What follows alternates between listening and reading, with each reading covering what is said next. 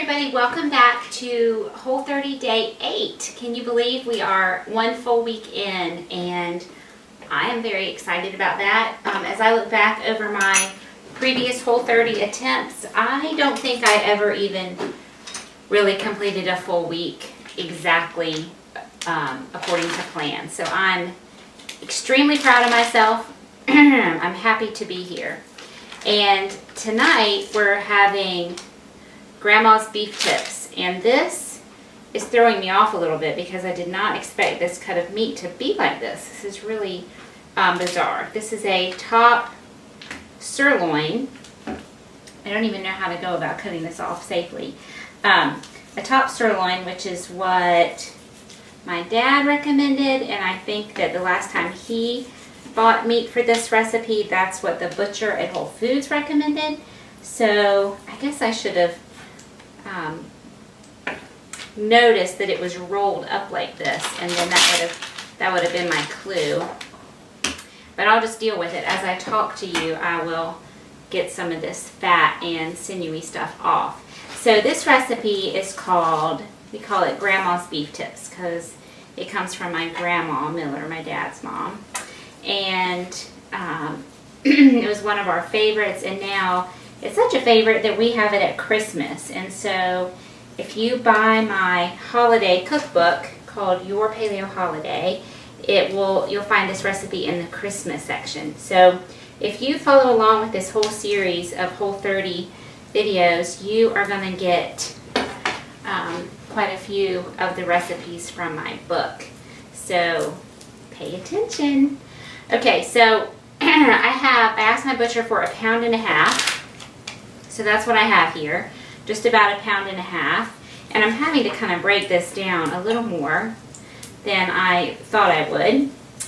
But that's all right. They have what they call stew beef, and this top sirloin is a better cut of meat than that.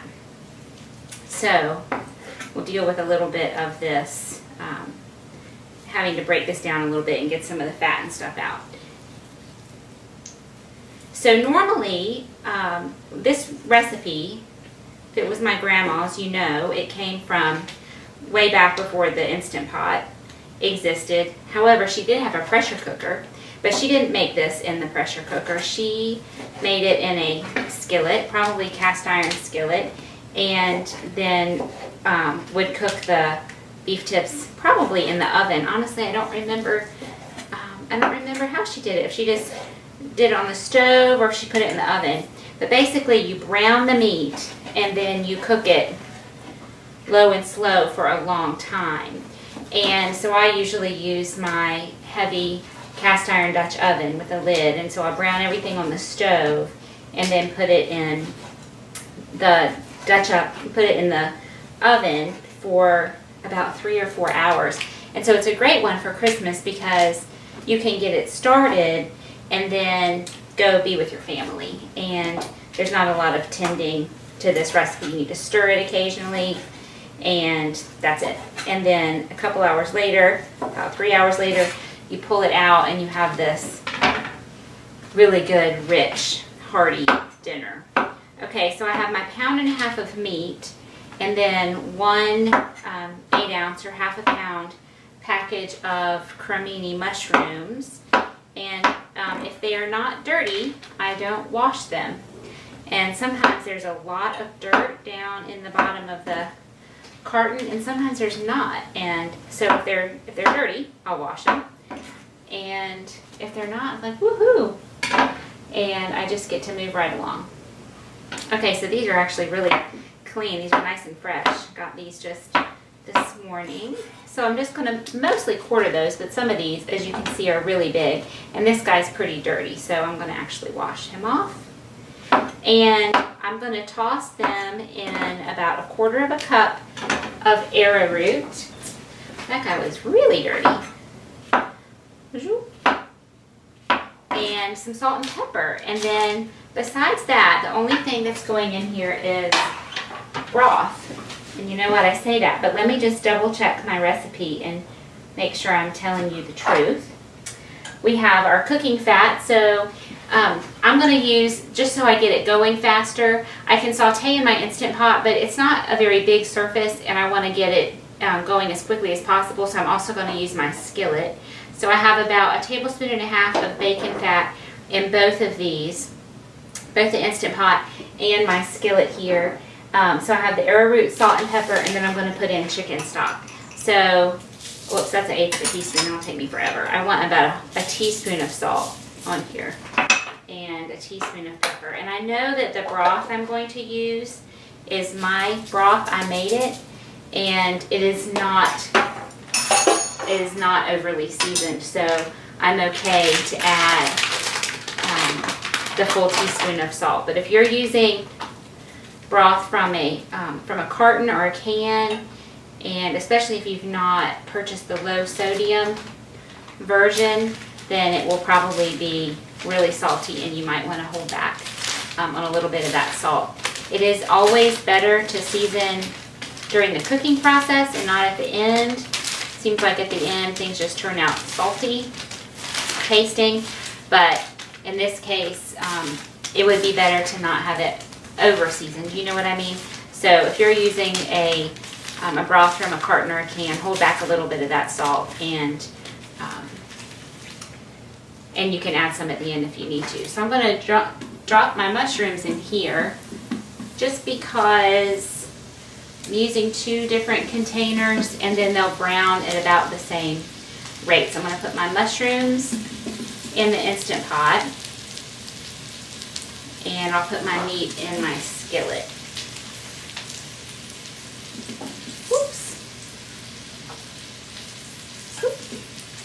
Can't let anybody escape. Okay, I'm not going to throw this in because I don't want oil splattering. The sides aren't quite as high as they are on my Instant Pot. So all I'm going to do is brown the meat on at least 2 sides, and the mushrooms, I'll flip them around and brown them again. You don't have to be real precious, and make sure you brown all 6 little sides. Just 2 good sides, nice and brown, will be perfect. So I'm going to wash my hands. If you're doing the Whole30, I would love to know how it's going. Are you also on day 8? Are you just thinking about doing it, just thinking about getting started? Do you have questions? Now that I'm an expert, and the Whole30 people don't pay me anything. They're not endorsing me by any means. However, all the information you need to complete the Whole30 successfully is available for free on their website, and I love that. I really appreciate that. And so I've read all that information, and I've read it many times. So, no, I'm not an expert, but I am familiar with the guidelines. And I will say, yes, you can get all the information for free, but they do have some resources that you can buy. And one of them, just this last time, I tried to do a Whole30 in June, and the wheels just came off of that. There were too many other things going on. I couldn't do it successfully, but I really wanted to, and so I purchased what they call the Whole30 Daily, which is an email they'll send to you each day with all sorts of tips and really, really useful information. There are links to bloggers that they have fully endorsed. It doesn't include me. I'm kind of a nobody in the paleo world. I don't think the Whole30 people know about me, but so they have linked to these people who they know are putting out a lot of Whole30 approved recipes, and you get a lot of great ideas from them. They really encourage you to go onto their forums, which are, I guess a forum is now the modern word for a chat room, and people can say, hey, I'm starting my Whole30 on this day, who's with me, and just a way to meet people, to get some community for your Whole30 and help yourself stay accountable, because you know, you'll read a lot of, oh, I'm doing this with my husband, or my best friend is doing this with me, but not everybody has that kind of support. Some people, their loved ones say, well, that's the most ridiculous thing I've ever heard. I'm not going to participate in something like that, where I have to give up gluten and dairy and sugar and all the stuff I love. So anyway, the forums are a great way to get some community if you don't have it elsewhere. I hear this sizzling and I don't hear my mushrooms. I'm just going to check on them.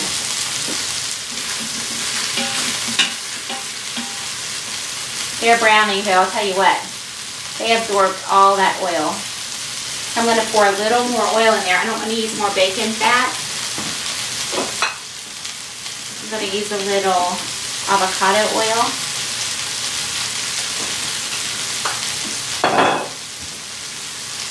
And I just have my Instant Pot on saute on the normal setting. I think they call it low. Less, more, and normal. I can never remember that. That seems odd to me. But according to their instruction book, normal is the level at which you want to brown something like this. So that's what we're doing. So I'm going to pull out a pan. Sorry, I stuck my head down in the cupboard. I'm pulling out a pan so I can put my meat in when it's brown. Okay, so some juices will come out of my meat as it sits, and I don't want it to escape. So some juices will accumulate in that pan, and I'll just pour all that into my into the Instant Pot with my meat when everything is brown. I don't want to add my meat in there just yet because I'm still getting my mushrooms brown. Can you see how nice and brown these pieces are? Can you see that? That's exactly what I want because all of that equals flavor.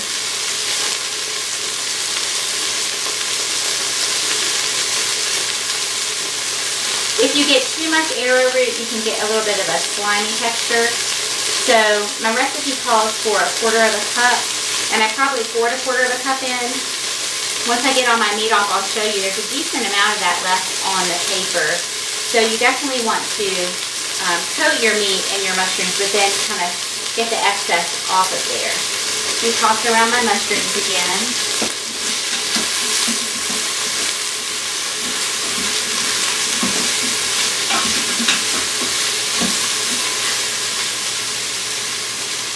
They're getting nice and brown as well. And you know what? My parents owned a restaurant when we lived in Ohio when I was young. And one of the things on their menu was fried mushrooms. And they were just a lightly battered. They weren't like, sometimes you can find them on menus now. They're typically like a beer battered mushroom and have pretty heavy coating. These, as far as I remember, I was pretty young, but in my memory, they were very lightly coated and had a little bit of seasoning on them, and they were really good. I remember now that taste, and I don't know if I liked them when I was little, but I can imagine that I would have loved them. Does that make any sense? I'm sure I ate them or I wouldn't remember what they taste like. But anyway, that's what it smelled like when I stuck my nose in there. Those fried mushrooms. And they'll be really, really delicious mixed in with our beef here. And if you have people in your house who don't like mushrooms, you might just trick them into eating a couple, because once these are, the meat and the mushrooms are all cooked together, it's a little bit hard to tell them apart. I want to show you my broth. So this is some chicken broth from when I roasted my chicken on Sunday night, so a week ago. The first thing I made was a whole chicken in the Instant Pot, and I put some herbs on the outside, and I browned it. I think I browned it. And then for my liquid, you always have to put some liquid in there. I poured in some chicken broth. And then, of course, cooking the chicken produced additional broth. And so I strained all that off at the end. And last night I made the chicken pot pie. And that used about 2 cups of the broth plus the carrots that I had cooked with my whole chicken. And this is the rest of the broth that I totally strained. And so it's just the broth, but look at how, can you watch it wiggle? See it jiggle? It's real thick and gelatinous. That is good broth. That is what you want. That means it's full of gelatin, which is really, really good for your digestive tract. It's just excellent for your body. The gelatin is amino acids, and that is good for inflammation.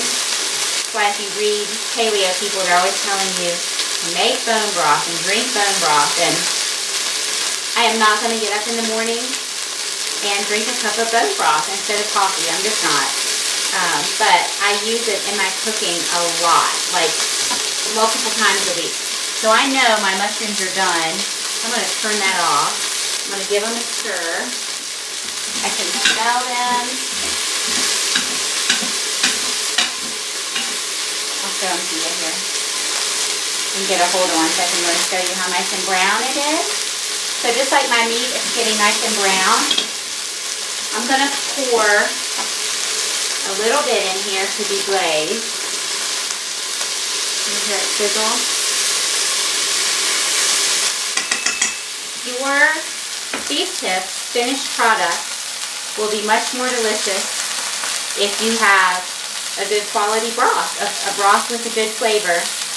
And there are a lot of them on the market now that, you know, us paleo people, we're trendsetters, and bone broth has become all the rage, and there are some really good brands available that are not putting soy and other ingredients that we don't want in them. So you can find some good broth that tastes good and is good for you if you don't have time to make it yourself. So if that's not something you have time for, don't feel bad about that.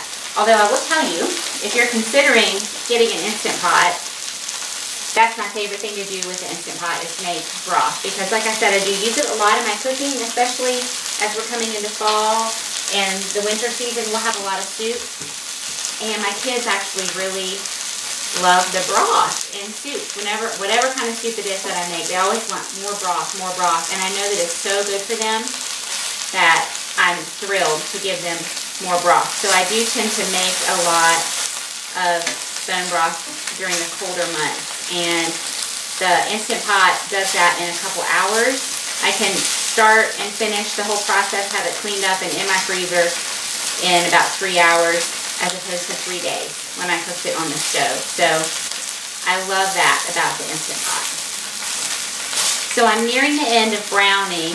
I want to show you that there is probably half of my arrowroot left on here. And yes, I could have put less on to start with, but I find that it's easier to have a little excess and toss it, and I feel like everything gets coated really well and doesn't stick together. And then there's a little bit of excess that gets thrown away, but the arrowroot is an inexpensive ingredient, and I'm okay with a little bit of waste there. So my skillet here is getting really brown. The bits on the bottom are getting really, really brown. So I've turned my heat down. I had it on about medium high, and I've turned it down to about medium low. And we're almost done. But everything that's in the bottom of my skillet here is flavor, and I'm not going to lose it. So what I'm going to do is I'm going to pour my broth into my skillet to deglaze it, and then I'll pour all of that into the Instant Pot.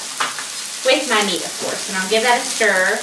And the Instant Pot instructions say for a top, I don't think they actually listed exactly top sirloin, but there are other roasts that were similar. They said to cook for 20 to 25 minutes. So I'm going to do 25 minutes because I like longer. If the meat gets a little more fall apart tender, that just makes me happier. Okay, so look at that nice caramelization on there. That's yummy flavor. Okay, so I'm going to turn the heat off. Everything's off. It's going to sizzle and steam. Get all of that out. Did you see there was a little bit of fat that had come to the top of my broth, but it wasn't very much. So I'm going to put all that in. And I'm going to scrape. I'm actually going to have to turn this back on. It cooled off too fast. Scrape all that brown, yummy goodness. The chefy word is fond. That's what that brown stuff is called. And its flavor. And so we want to get all that off. So when I would do this the old-fashioned way, I would just brown my meat in my Dutch oven and then pour the broth in and then stick it in the oven. So the fond was on the bottom of that pan. It just naturally got deglazed when I poured the broth in, and it's very easy, one pan. So you can certainly do this that way if you do not have a pressure cooker. You could do this in your crock pot as well if you're a crock pot cooker. You just want to make sure you brown your meat in the skillet and then deglaze your pan and pour all of that into your crock pot. And not a crock pot cooker, so I can't tell you for sure, but because I would cook really on a low temperature, like 250, 300 maybe, in the oven, I think a crock pot would be similar, and you probably want to cook on low for, I don't know, 3 to 4 hours. Honestly though, I'm just guessing. I haven't made it in the crock pot. Okay, I feel like I've gotten all that yummy brown stuff scraped up. I don't want to miss any. Had to switch to my whisk because of the curvature of my pan. I was missing some. I didn't want to miss any. So let's see if I can actually pour it in without sloshing it all over the place. There we go. So I got my pan pretty clean. You see that? And then in goes my meat and any accumulated juices. I just kind of toss all that together. Okay, so there we are before cooking. I just want to set the lid on, set it in place, sealing and manual, high pressure, 20 minutes. So I need to go down. I was at 55 for my pork butt, I think was the last thing I cooked in there. 25 minutes. Okay, so that'll come up to pressure, and I will let you know exactly how long it takes to come to pressure and how long it takes for the pressure to release as well. So if you make this, you know exactly how many minutes are involved.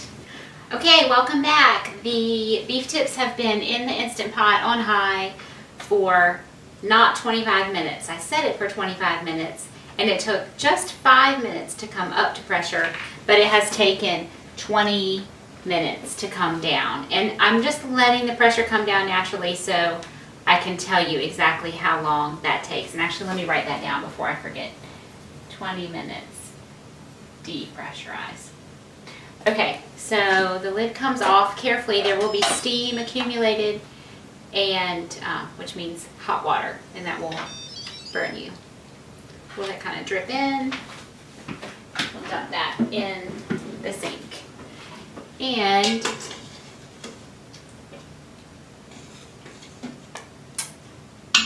it's so thin. So that's interesting. When I make this in the oven, I think because my lid is not airtight, there's evaporation. So I end up with a thicker gravy type consistency. I am going to taste it, make sure it has the flavor that I like, and then I'll show you how I'm going to thicken it.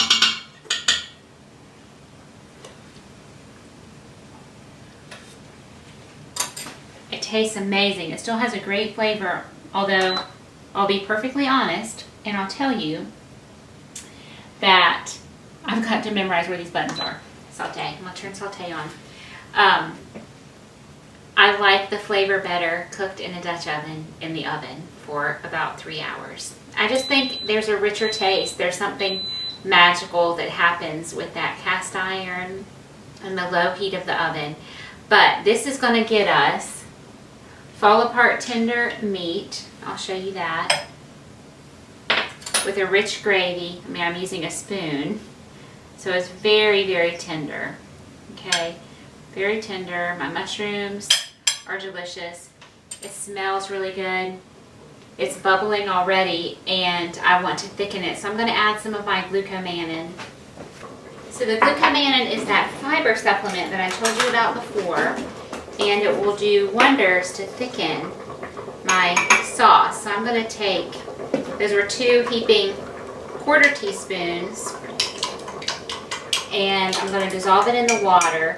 Sometimes I have been able to add my glucomannan directly to something hot, and it's dissolved really well, and then other times it's just become a globby mess on me, and so I'm not sure why that is, but a safe way to use it without risking ending up with big globs of something sort of gelatinous in your gravy is to go ahead and dissolve it first and then add it. And I'm going to let it bubble for a few seconds before I add more and make sure it is, so it doesn't get too thick. And in the meantime, I'm going to taste this. I'll take a little, a ladylike size bite.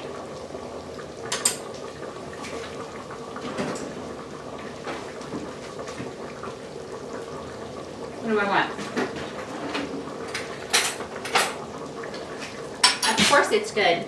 Have you ever watched a cooking show where the chef tasted their food and at the end they went, ugh, I don't like that at all. Well, look how fast that gelled up on me.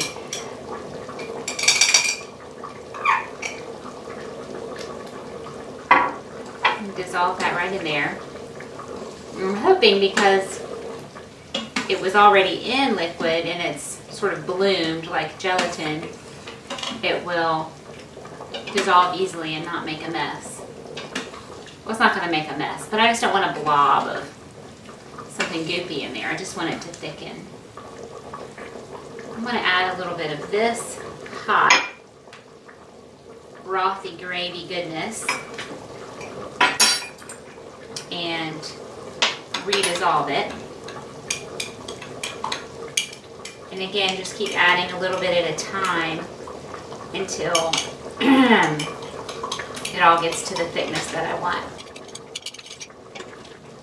I want it a little thicker. I need to add a little bit of water.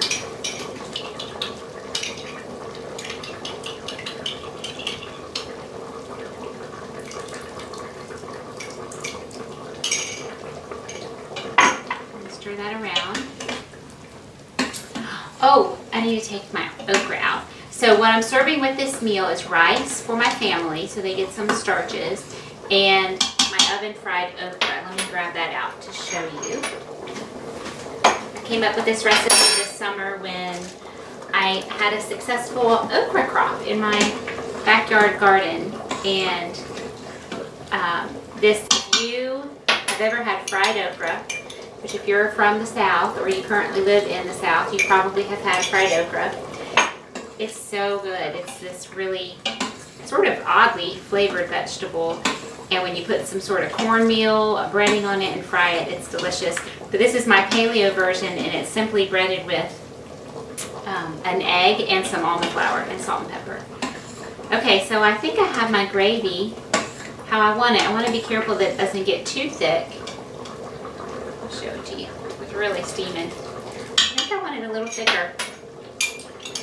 I'm going to go ahead and pour all this in. So that would have been a hefty half a teaspoon of my glucomannan supplement in there to thicken. We'll let that fully come to its full thickening power, and then I'll turn off the saute.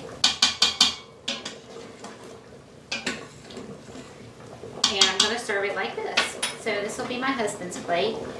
So I'll give him some rice. And I always tell you to cook your rice in broth, not water, and I didn't do it because all of my rice that I had thawed out, I used in my beef tips. So I just cooked it in water. But I knew that I was going to be topping it with this really full flavored beef and mushroom and gravy concoction. So we'll turn that off. It's ready now. So we'll serve him a nice big helping of beef and mushrooms and lots of the gravy.